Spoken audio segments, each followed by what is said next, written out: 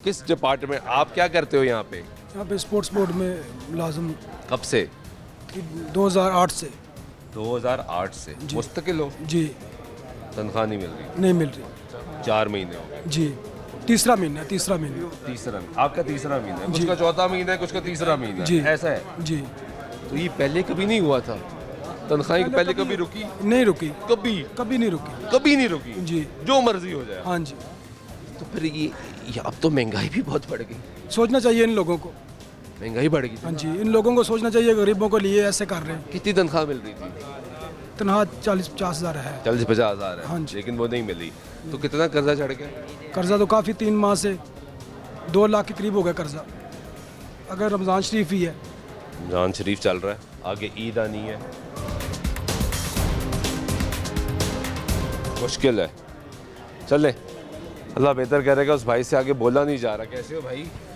ठीक हो? खैरियत से हो? क्या हालात हैं? ये हालात आपके सामने हैं। बेसिकली 4 महीने हो गए हैं, सैलरी नहीं आई। तो अब हमारे डिपार्टमेंट में यहाँ पे एक सैलरी लोन होता है जो बीओपी से लिया जाता है। तो हमारे एम्प्लॉयज़ में से तकरीबन काफ़ी लोगों ने बैंक ऑफ पंजाब से लोन लिया होता है, सैलरी लोन। नॉर्मली कोई लाख 2 लाख हाँ, यस।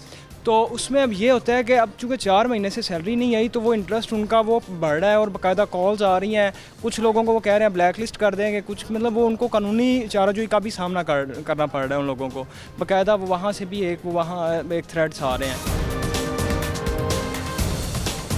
उसके अलावा हमारे घरों के मुश्किल है। और उसके अलावा सर हमारे जो बिजली के बिल हैं, गैस के बिल हैं, वो आपको पता है कि 1 महीना या 2 महीना और उसके ऊपर बाकायदा वो जो एक्स्ट्रा सरचार्ज होता है वो भी उसमें ऐड हो जाता है, वो होता है। फिर उसके अलावा हमारे स्कूल के बच्चों की जो फ़ीसें हैं, मैं खुद अपने बच्चों को, अब मैंने प्राइवेट स्कूल एक नॉर्मल हमारे जो मोहल्ले में था वहाँ से हटा के अब उसको जो है ना वो एक ट्यूशन की हद तक महदूद कर दिया, और ताकि हम जो है ना वो उसको कर सकें। क्योंकि आपको पता है इस साल का स्टार्ट था और इस साल में एनुअल पेपर्स होते हैं बच्चों के, और जब एनुअल पेपर होते हैं तो उसके बाद हमें उनकी किताबें और उनकी यूनिफॉर्म्स वगैरह, बैग, हर चीज़ नहीं लेनी पड़ती है।